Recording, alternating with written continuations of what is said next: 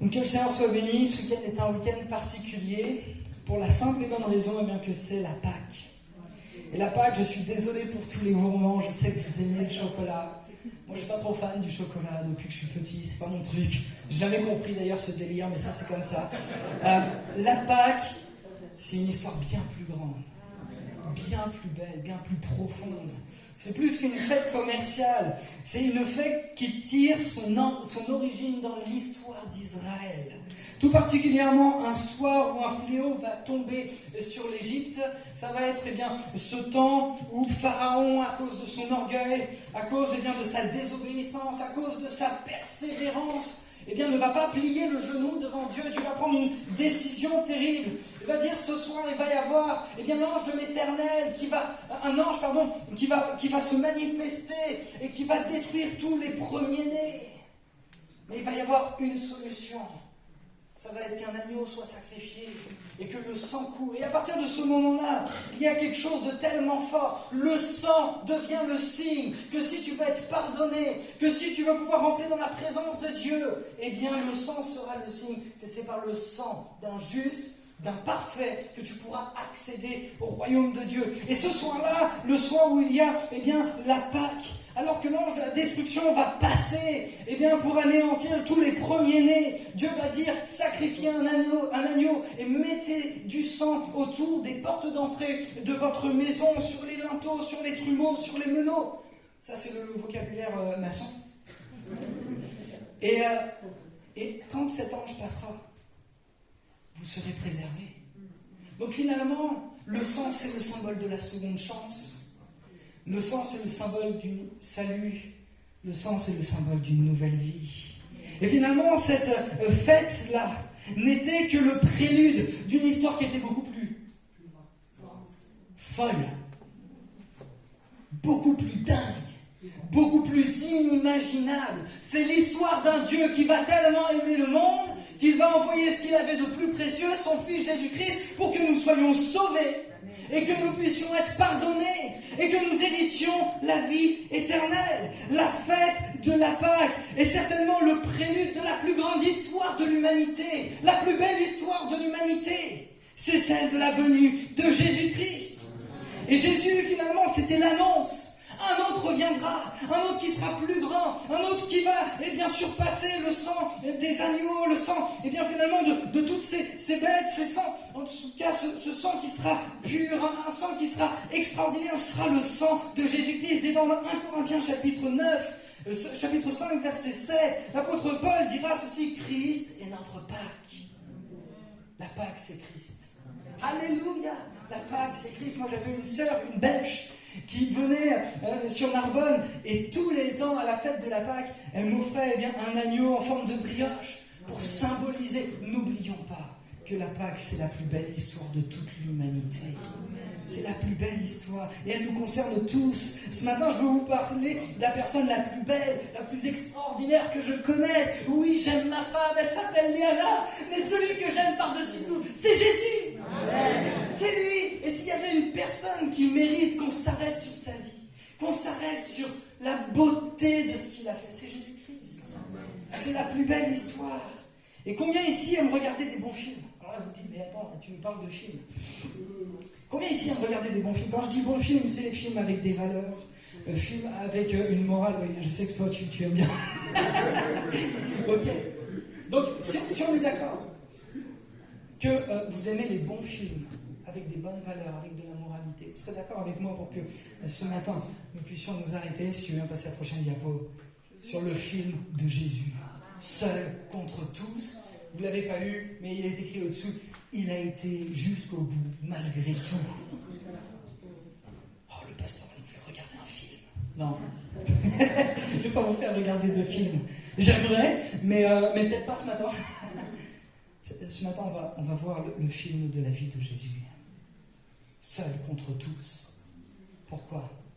Parce que Jésus, tout au long de sa vie, tout au long de son ministère, bien des fois, et pour ne pas dire toujours, a été seul. Et quand je dis qu'il a été seul, il a été incompris. Il a été à chaque fois seul à devoir aller de l'avant. Et quand il demande de l'aide à ses amis ne sont plus là, ils s'endorment. Seul contre tous. Il a été jusqu'au bout, malgré tous. Donc vous comprenez bien, ce matin, on ne regarde pas un film. Mais c'est le titre de ce que je vais vous partager. Si je devais résumer avec vous la vie de Jésus dans ce qu'il a vécu sur cette terre, je dirais que c'est un homme qui a marché en solitaire, dans le sens où il était incompris. Vous savez, vous pouvez être entouré de tout un paquet de personnes sans vous être véritablement compris, et parfois même en vous sentant seul. Je suis convaincu que malheureusement, Jésus, même s'il était entouré, bien des fois a fait face à de la compréhension, bien des fois avait, entre guillemets, l'idée précise de ce qu'il fallait qu'il fasse, mais à chaque fois qu'il en parlait à ses disciples, qu'il en parlait autour de lui, personne ne le comprenait. Et j'aimerais vraiment qu'ensemble, nous puissions nous arrêter sur la vie de Jésus, parce que la vie de Jésus est extraordinaire. La vie de Jésus, l'objectif de Jésus, je l'ai cité tout à l'heure, mais je vais le reciter parce qu'il est tellement beau. Je n'ai pas l'impression qu'elle fonctionne, la télécommande. Si je veux bien passer la diapo.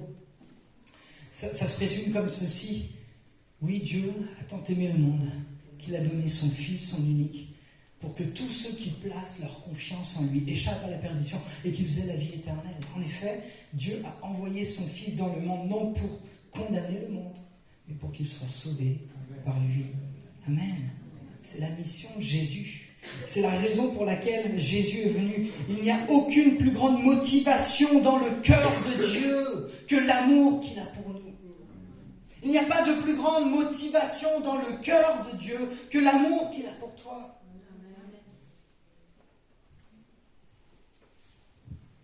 J'aimerais donc retracer avec vous, en partie, le parcours de Jésus. On va le suivre dans l'évangile de Marc. Et voir finalement quelles sont les différentes oppositions que Jésus a rencontrées, mais qui ne l'ont pas empêché à aller jusqu'au bout. Donc Jésus va commencer sa mission. Attends, je te dirai comme ça, on sera à peu près bon. Donc, la première chose, c'est que Jésus va commencer sa mission. Jésus va commencer son ministère. Il va commencer à révéler qu'il est véritablement, c'est-à-dire le Fils de Dieu. Il vient pour sauver les hommes. Le mystère de Jésus est incroyable. Tout le monde en parle. Tout le monde sait que quand on touche Jésus, on est guéri. Tout le monde sait que quand on l'entend, on est surpris. Tout le monde sait que quand on s'approche de lui, il y a quelque chose là. Il y a quelque chose qui nous bouleverse. Il y a quelque chose qui bouillonne en nous. Tout le monde le sait. Bref, sa notoriété est absolument indéniable. Indéniable. Des paralytiques, des aveugles viennent à lui. Ils sont délivrés. Ils sont guéris. Bref, le ministère de Jésus est absolument incroyable. Et pourtant, on est au tout début de l'évangile. Marc chapitre 3, verset 20. Il est écrit ceci. Jésus alla à la maison, va chez lui. Et de nouveau, la foule s'y presse, au point que lui et ses disciples n'arrivent même plus à manger. Quand les membres de sa famille l'apprirent, ils vinrent pour le ramener de force avec eux, et ils disaient en effet, il est devenu fou. Alors que tout est clair pour tout le monde. Que tout le monde voit ce qui se passe. Sa propre famille, ceux qui le connaissent depuis des années, vont dire « Mais il est devenu complètement fou !» Et là, on n'est qu'au début de l'évangile. Jésus est seul contre tous. En tout cas, pour commencer, il est seul face à sa propre famille. Il est incompris. Et par là, j'entends aussi qu'il est abandonné. Vous savez, nous, dans nos familles, on aime compter, ou plutôt, on devrait compter sur ceux qui nous entourent. Et pourtant, quand on a des idées qui sont un petit peu farfelues, ce sont les premiers à nous abandonner. Jésus l'a vécu. Il est devenu complètement fou. Je me dis, mais ça doit être terrible dans le cœur de Jésus de voir que ceux qui ont grandi avec lui, ceux qui l'ont vu dans sa façon de fonctionner, ceux qui ont vu ses aptitudes, son caractère, disent, il est devenu complètement fou.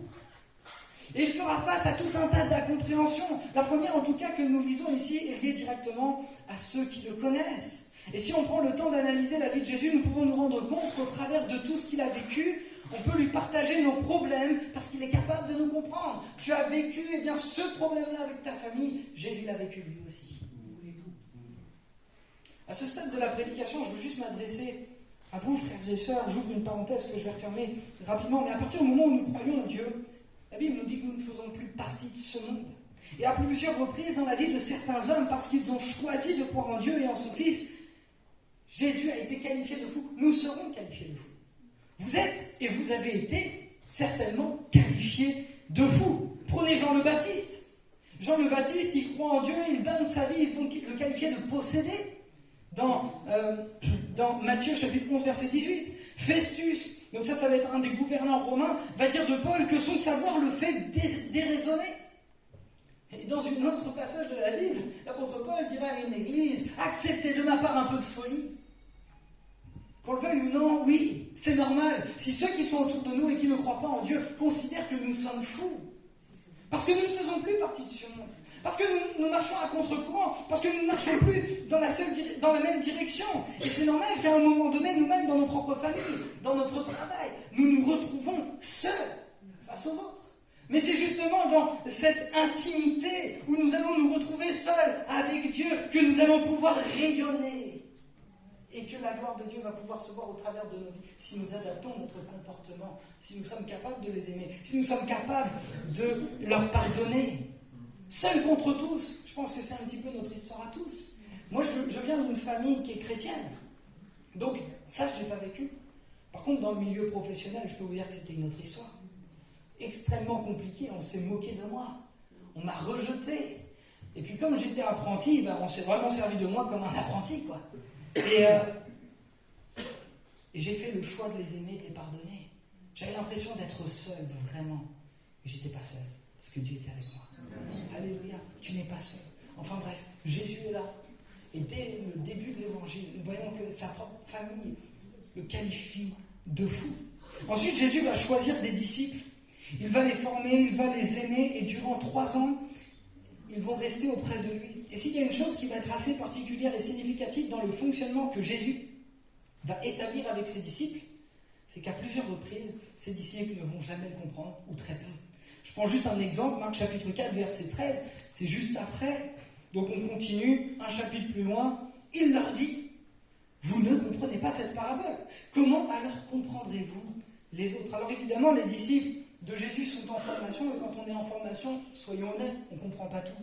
Le but de la formation, c'est qu'on puisse vulgariser, c'est qu'on puisse comprendre finalement ce qu'il y a derrière. Mais le problème avec les disciples de Jésus, c'est que ce sera trop souvent le cas. Les disciples ne vont pas comprendre leur maître. Et les disciples vont remettre en question Jésus. Non, à Dieu ne plaise, cela ne t'arrivera pas. Mais bon sang, Pierre, est-ce que tu comprends ce que je suis venu faire? Parle de leurs disciples. Seuls contre tous. Mettez-vous à la place de Jésus quelques instants. Des personnes que vous aimez, des personnes pour qui vous allez investir du temps, pour qu'ils apprennent à vous connaître, pour qu'ils apprennent à comprendre. Quelle est ta mission? Quelle est sa mission? Jésus leur donne un enseignement, il va leur expliquer, mais ce passage est très significatif. Les 3 quarts du temps, les disciples ne comprennent pas Jésus. Ils ne comprennent pas où il va en venir. Ils ne comprennent pas véritablement ce pourquoi il est là. Parce qu'en réalité, les disciples de Jésus, ils s'attendaient à quoi? Ils s'attendaient à un Messie qui allait venir pour renverser Rome et pour gouverner et pour qu'il y ait vraiment la marque de Dieu sur ce monde. Mais Jésus est là et il annonce une toute autre nouvelle. Je suis venu pour guérir, pour délivrer, pour libérer. Je ne suis pas venu pour annoncer un royaume de dictature où je vais m'imposer comme une puissance militaire. Mais je suis venu pour que l'homme soit sauvé et qu'il ait la vie éternelle. C'est pour ça que Jésus est venu. Mais ses disciples ne l'ont pas compris. Plus d'une fois dans son enseignement, Jésus se sentira certainement seul. Donc nous voyons dans un premier temps que sa famille a des difficultés avec lui. Ils vont le qualifier de fou. Et ensuite nous voyons que ses propres disciples, à plusieurs reprises, et ce jusqu'à sa mort, ne vont jamais vraiment le comprendre. Et comme si cela n'était pas suffisant, Jésus va revenir dans sa patrie. Il va revenir précisément là où il a vécu. Certainement que ces personnes l'ont vu grandir. Et si tu veux bien afficher la suite, on bascule Marc chapitre 6, versets 1 à 5. Après avoir quitté cette contrée, Jésus retourna dans son pays d'origine, accompagné de ses disciples. Le jour du sabbat, il se mit à enseigner dans la synagogue. La plupart de ses auditeurs étaient fort surpris. D'où tire-t-il cela? Murmurait-il. Qui lui a donné cette sagesse? Comment peut-il accomplir tous ces miracles? N'est-ce pas le charpentier, le fils de Marie, le frère de Jacques, de Joseph, de Jude et de Simon? Si tu peux afficher la prochaine diapo. C'est là où vraiment ça va nous intéresser. Ses sœurs ne viennent pas parmi nous et ils ne savaient que penser. Tout cela les empêchait de croire en lui. Alors Jésus leur dit, c'est seulement dans sa patrie, dans sa parenté et dans sa famille qu'on refuse d'honorer un prophète. Dans un tel milieu, il ne put faire aucun miracle. Aussi se borna-t-il à imposer les mains à quelques malades et il les guérit. Une fois de plus, et ce sera le cas tout le long de son ministère, de sa vie terrestre, Jésus se retrouvera seul, incompris. Plus d'une fois, si nous aurions été à sa place, nous aurions été tentés d'abandonner et de ne pas aller jusqu'au bout de notre mission. Car ici, finalement, tout le décourageait à abandonner. Et pourtant, Jésus ira jusqu'au bout. Donc là, on a vu ensemble Marc chapitre 3, Marc chapitre 4, Marc chapitre 6, rejeté par sa famille, incompris par ses disciples, et les gens de sa propre patrie sont incapables de croire en lui et de relever vraiment qui il est. Alors, on ne va pas faire tous les passages de la Bible, mais je vous cite juste un autre exemple. À un moment donné, Jésus est en train d'enseigner un message sur l'humilité. Marc chapitre 9, un message absolument extraordinaire. Il n'est pas dans la référence. Et alors qu'il est là, en train de partager ce message, il va surprendre ses disciples en train de se poser la question, mais qui est le premier parmi nous? Moi, j'essaie de me mettre à la place de Jésus. Alors déjà, en tant que maître de stage, je pense que j'en aurais marre. Et j'abandonnerais, je dirais, allez, un autre, et puis on va rester avec quelqu'un d'autre. Mais imaginez, Jésus n'est pas comme ça, évidemment. Mais imaginez, constamment, un peu plus loin. Ça, on le retrouve dans Matthieu. Jésus va instituer quelque chose de très important, c'est la Sainte Seine. Et juste après la Sainte Seine, il cherchait à savoir qui était le plus grand parmi eux. Jusqu'au bout, les disciples ne le comprennent pas. Et j'essaie d'imaginer, moi, Jésus qui avance sur son chemin, qui avance entouré mais incompris, entouré mais finalement véritablement seul. Imaginez, vous investissez du temps, de la patience, et après un certain temps, les disciples avec qui vous travaillez, 3 ans, c'est pas rien, c'est long quand même 3 ans. Moi ça fait que quelques mois que je suis là, mais 3 ans ça commence à faire du temps. Au bout de 3 ans, ils ne comprennent toujours pas. Marc chapitre 9 et après Matthieu chapitre 26, ou 25, je ne me souviens plus, bref. Il est seul et incompris. Si on reste juste sur ses disciples, Jésus arrive à une phase critique de son ministère, une des phases les plus difficiles, et il va demander à 3 de ses disciples, parce que Jésus est angoissé, de rester et de prier. Jésus s'éloigne, il revient avec ses disciples d'un. Ça va arriver 3 fois. Vous investissez 3 ans de votre vie. Vous leur demandez une consigne simple. Je vous demande juste de prier 1 heure avec moi. Et vous n'êtes pas capable. Et moi, je me mets à la place de Jésus, mais... je sais pas. Je serais découragé. Comme les hommes ne vont pas pouvoir, entre guillemets, l'aider, ça va être un ange que Dieu va envoyer et qui va fortifier Jésus. Et ça en dit long, finalement, sur la nature humaine, sur notre façon de fonctionner. Bref, Jésus va se retrouver seul, une fois de plus. On va un peu plus loin. Marc chapitre 14. Donc juste après le fameux jardin de Gethsémani. Le traître était convenu avec eux d'un signal. Celui que j'embrasserai, c'est lui. Saisissez-vous de lui et emmenez-le sous bonne garde. En arrivant, Judas se dirigea droit sur Jésus et lui dit « Maître, Rabbi !» Il l'embrassa. Aussitôt, les autres mirent la main sur Jésus et ils l'arrêtèrent. Un disciple que Jésus a aimé. Un disciple dans lequel Jésus a investi son cœur, sa passion, sa mission. Je te forme parce que tu dois être apôtre. Il va le trahir pour 30 pièces d'argent. Bon, je ne sais pas. Je ne suis pas Jésus. Je ne sais pas comment ça fonctionne pour lui à ce moment-là dans sa tête. Et je me dis, mais quelle déchirure! Quelle déchirure! Je me trouve seul encore une fois de plus. Tu peux passer à la prochaine diapo. Ne croyez-vous pas que Jésus aurait pu abandonner sa mission en voyant tout ce qui s'est passé? Un peu plus tard, un autre de ses disciples, Pierre, tu es Pierre, et sur cette pierre, je bâtirai mon église. Je t'ai qualifié, je t'ai appelé, et tu vas me renier.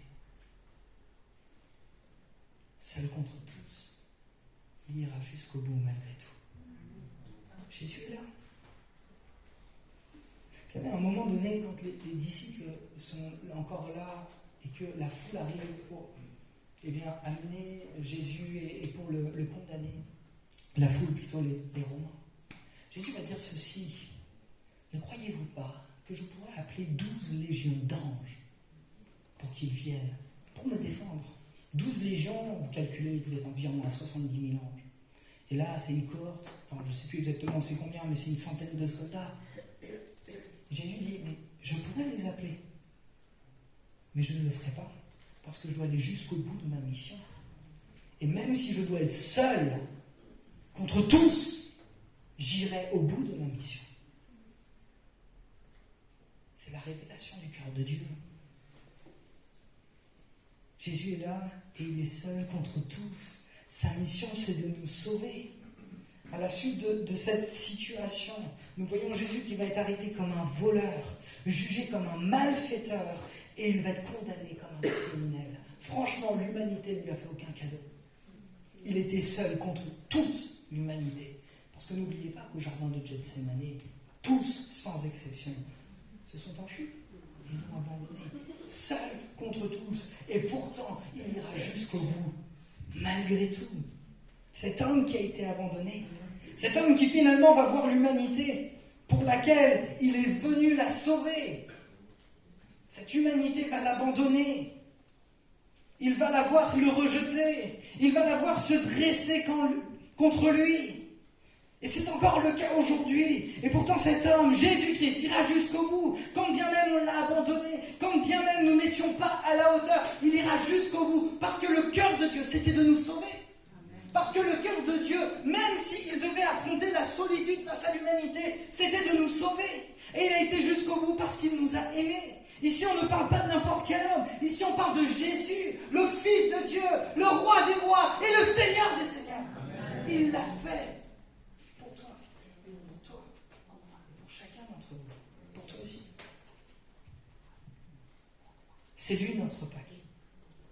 C'est lui notre Rédempteur. C'est lui qui est notre Sauveur. Et finalement, on réalise bien ensemble ce passage dans Ésaïe. Qui a cru à ce qui nous était annoncé ? Qui a reconnu le bras de l'Éternel ? Il s'est élevé devant lui comme une faible plante, comme un rejeton qui sort d'une terre desséchée. Il n'avait ni beauté, ni éclat pour attirer nos regards, et son aspect n'avait rien pour nous plaire. Méprisé et abandonné des hommes. Méprisé et abandonné des hommes. Homme de douleur et habitué à la souffrance, semblable à celui dont on détourne le visage. Nous l'avons dédaigné, n'avons fait de lui aucun cas. Cependant, ce sont nos souffrances qu'il a portées. C'est de nos douleurs qu'il s'est chargé. Et nous l'avons considéré comme puni, frappé de Dieu et humilié. Mais il était blessé pour nos péchés, brisé pour nos iniquités. Le châtiment qui nous donne la paix est tombé sur lui. C'est par ses meurtrissures que nous sommes guéris.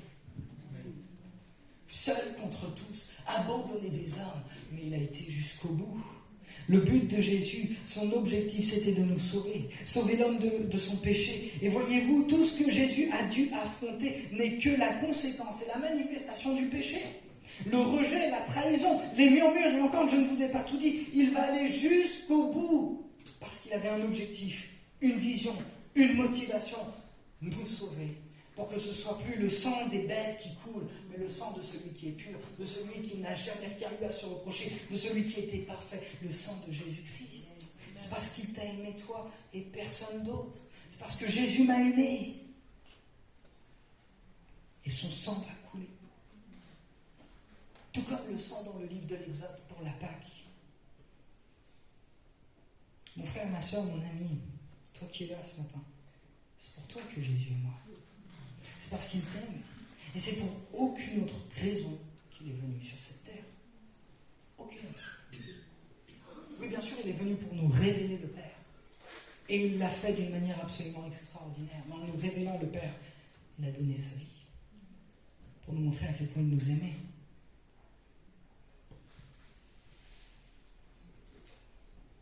À un moment donné, et c'est certainement l'un des points les plus douloureux dans la Bible, Jésus-Christ va dire ceci. Mon Dieu, pourquoi m'as-tu abandonné ? Là, on peut dire vraiment, là, sur le coup, il est vraiment seul. Il est crucifié, personne autour de lui. S'il y en a quelques-uns qui vont rester là, il y a Jean qui va arriver, il y a Marie. Et encore, il va les encourager, il va les exhorter. Jésus, il est vraiment extraordinaire. Hein ? Et il va dire, mon Dieu, pourquoi m'as-tu abandonné ? Jésus a accepté d'être abandonné par le Père pour que nous ne soyons jamais abandonnés. Il y a un message tellement puissant dans la Bible. Tout à l'heure, quand j'étais dans le groupe avec le groupe de prière pour la matinée, je leur disais, vous savez, une bonne étude fait du bien à un converti, et une bonne réunion d'évangélisation fait du bien à des chrétiens. Frères et sœurs, revenons à la base. Revenons à la croix. Revenons à Jésus. Et revenons à ce qu'il a fait. La joie de ton salut. Où est-elle? Il a été seul. Il a marché sur cette terre. Il a accompli le plus beau de tous les cadeaux. La Bible dit qu'aujourd'hui il est ressuscité. Il siège à la droite du Père et il intercède pour nous. C'est extraordinaire. On a un sauveur qui est merveilleux. Un sauveur qui a été seul. Un sauveur qui a affronté certainement les choses les plus difficiles. Il l'a fait pour nous. Il l'a fait par amour pour nous. Revenons à la base. Revenons à la croix. Revenons à ce que Jésus-Christ a accompli. On va fermer les yeux quelques instants.